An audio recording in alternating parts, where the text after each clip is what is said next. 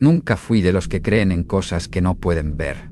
Soy de los que exigen pruebas, de los que buscan explicaciones lógicas a lo que otros prefieren ignorar. Pero eso fue antes de lo que ocurrió en la Sierra de Guerrero, antes de que mis propios ojos vieran lo que no se puede explicar.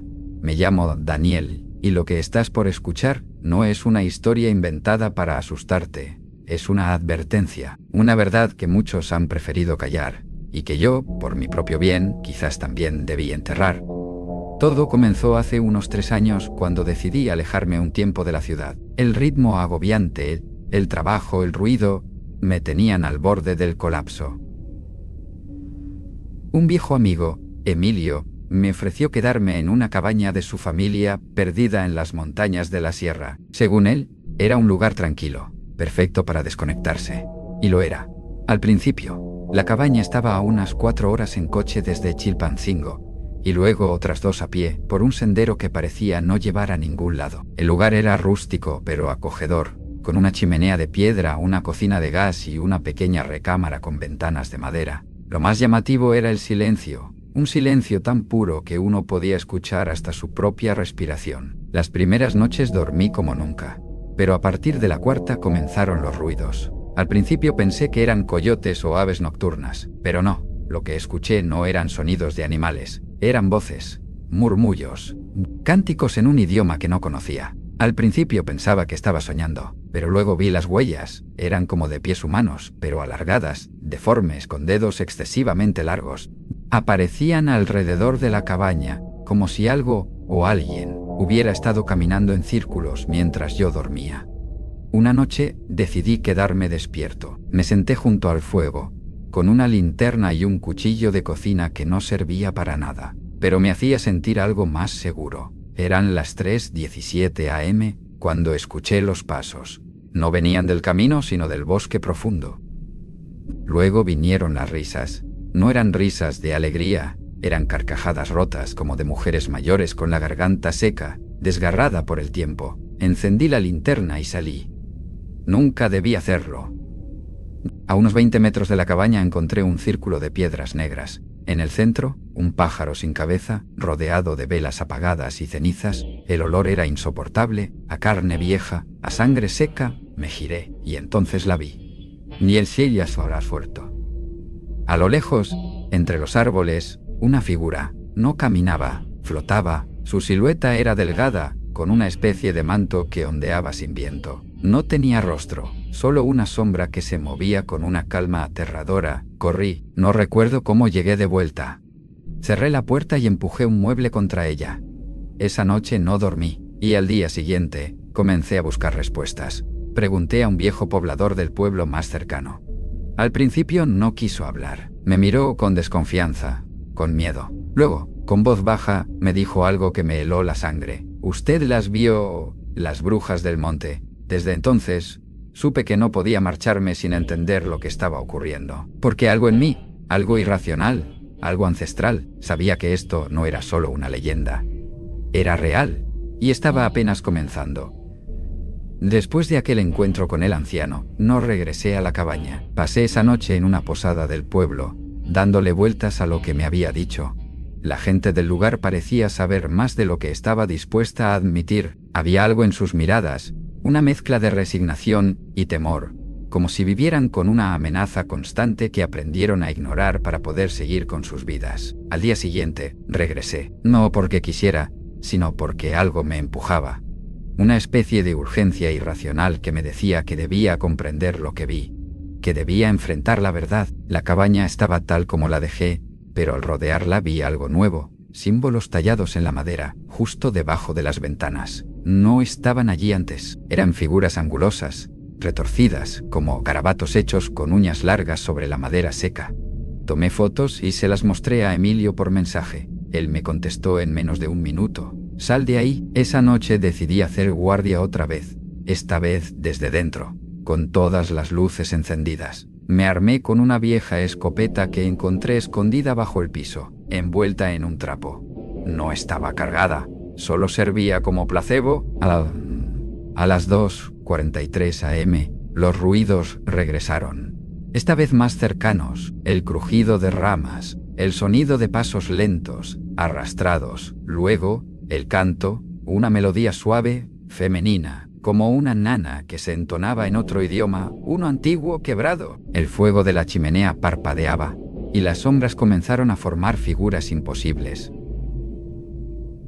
En algún momento perdí la noción del tiempo. Solo recuerdo estar parado frente a la ventana, hipnotizado, viendo una figura acercarse. Era una mujer, vieja, con un rostro tan arrugado que parecía de cuero quemado. Llevaba una especie de corona hecha con ramas secas y huesos de animales pequeños. Me miraba con unos ojos que no reflejaban luz, negros absolutos. Y entonces habló, no con palabras, sino dentro de mi cabeza. Ya sabes nuestros nombres. Ahora no puedes irte. Desperté al amanecer en el suelo, con la puerta abierta. No recordaba haber salido, ni haber dormido. Solo sentía una presión en el pecho, como si algo invisible se hubiera sentado allí toda la noche. Volví al pueblo en busca del anciano. No lo encontré, pero una mujer, doña Amalia, me llevó aparte. Usted tiene que irse, mijo. Ya lo marcaron. Si se queda no sale vivo. Insistí, le mostré las fotos. Ella se persignó. Son sellos, de invocación. Las brujas de aquí no son mujeres, son entes. Pueden parecer humanas, pero no lo son, no tienen alma, solo hambre. Le pregunté por los rituales, por los símbolos, por lo que vi. ¿Eso que vio no es lo peor? Si le mostraron el círculo, si le hablaron, significa que lo eligieron. Cada generación, ellas escogen a uno. ¿Para qué? Ella bajó la mirada y dijo, apenas en un susurro, para renacer. La advertencia de doña Amalia no me sacó de ahí. Al contrario, me hundió más. Había algo en sus palabras que me dejó una herida abierta. ¿Renacer? ¿Qué significaba eso? ¿Renacer? ¿Qué significaba eso? ¿Qué querían las brujas conmigo? Sabía que si me marchaba, nunca volvería a tener paz. Y sabía que si me quedaba, quizás no viviría para contarlo. Pero ya era tarde, como ella dijo. Estaba marcado. Esa noche decidí recorrer el bosque, no por valentía, sino por desesperación. Había algo atrayéndome hacia lo más profundo, como si el monte me hablara con voces que no podía distinguir. Llevé la linterna, una navaja y un puñado de sal, idea de Amalia, quien me dijo que ellas detestan la pureza de la tierra sin corromper. Caminé por horas, no sé cuánto, pero el tiempo allá adentro no se siente igual. Todo era niebla, ramas crujientes, sombras que parecían moverse. El silencio era tan denso que cualquier susurro parecía un grito, y entonces la encontré.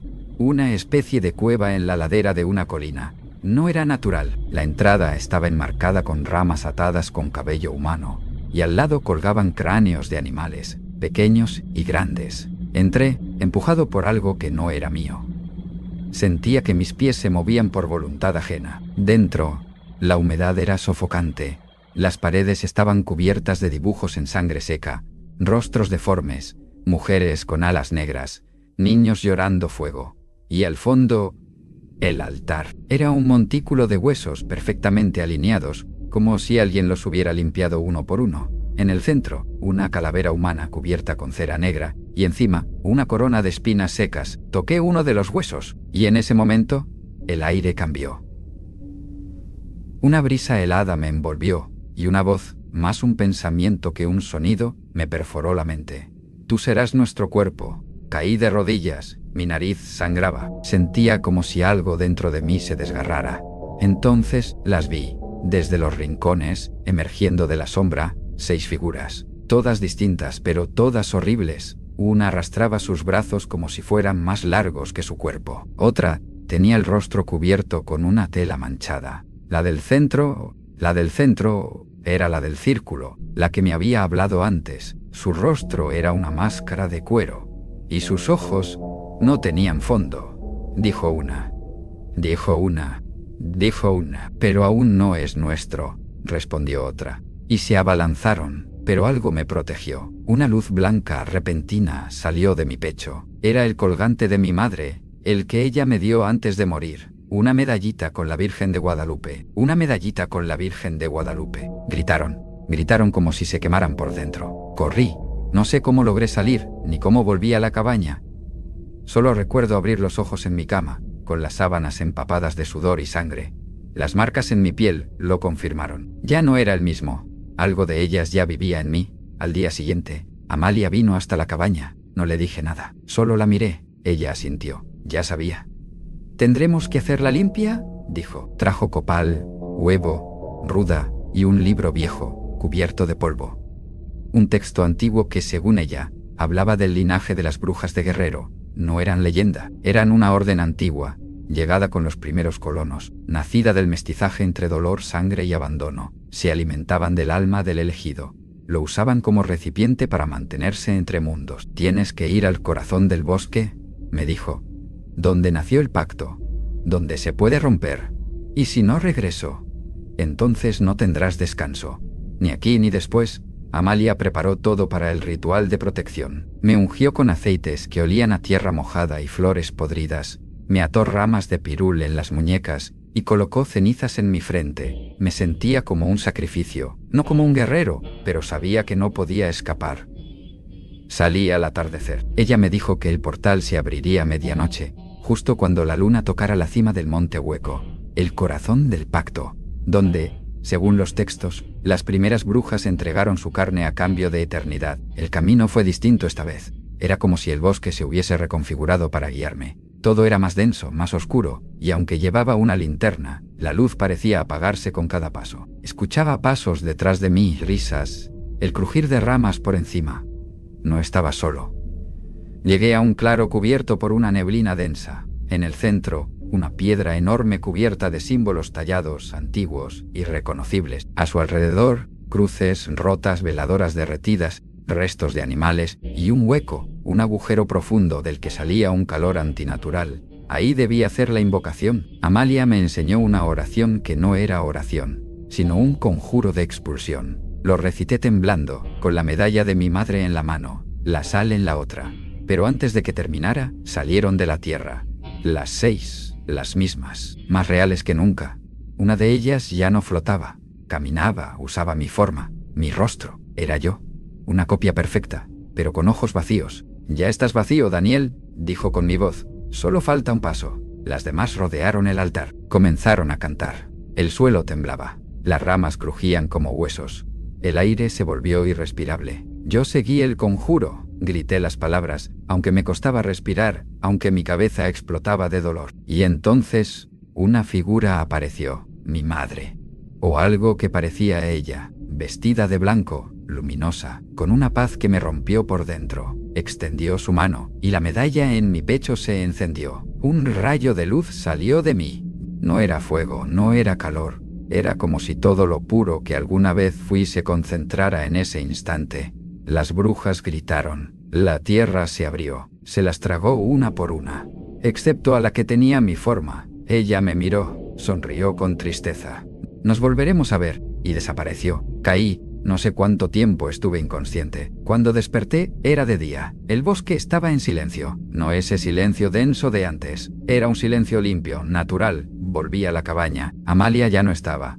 Solo dejó una nota. «Te liberaste, pero el monte nunca olvida. Vete y no regreses». Esa misma tarde tomé mis cosas y bajé por última vez la vereda. Sentía el cuerpo vacío pero el alma intacta, o casi. Esa noche dormí en un hotel de paso en Chilpancingo. A medianoche desperté sobresaltado. No por un sueño, por una voz. «Nos volveremos a ver». Pasaron semanas desde mi regreso. Volví a la ciudad. ¿Al ruido?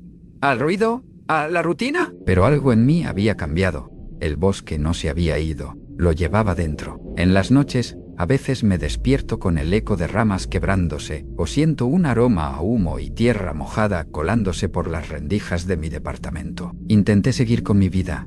Volví al trabajo, los cafés llenos de gente, a fingir que nada de eso ocurrió. Pero una parte de mí sabe que la historia no terminó. Solo se durmió por un tiempo. Un día recibí una carta sin remitente. Dentro, un pequeño trozo de tela gris y quemado con un símbolo bordado, el mismo que vi en la piedra del ritual. No había texto, no necesitaba uno.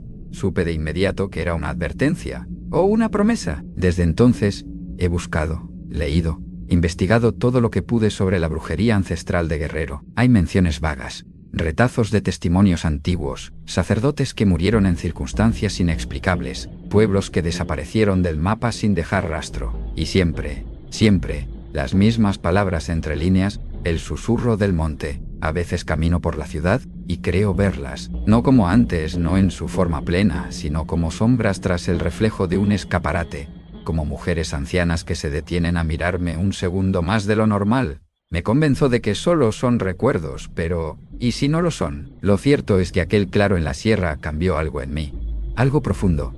Tal vez lo que vi allá no era el final, sino la iniciación. Tal vez ellas, como dijeron, volverán a buscarme cuando llegue el momento. Si algún día desaparezco, si mi nombre ya no vuelve a aparecer en llamadas ni redes, no pienses que fue accidente. Piensa en este relato, en estas palabras, porque el monte nunca olvida. Y si alguna vez sientes que te llama, que una voz te susurra desde lo más profundo del bosque, no la sigas, no respondas. Y sobre todo, no mires atrás, porque hay cosas que no se deben ver, hay rituales que nunca debieron hacerse, y caminos que, una vez cruzados, no permiten volver. Si esta historia te estremeció, si algo dentro de ti reconoció el eco de lo prohibido, quizás sea porque ya estás más cerca de lo que crees. Hay quienes escuchan estos relatos y deciden seguir explorando, adentrándose aún más en la oscuridad. Tú decides si te alejas o si te quedas a escuchar la próxima historia.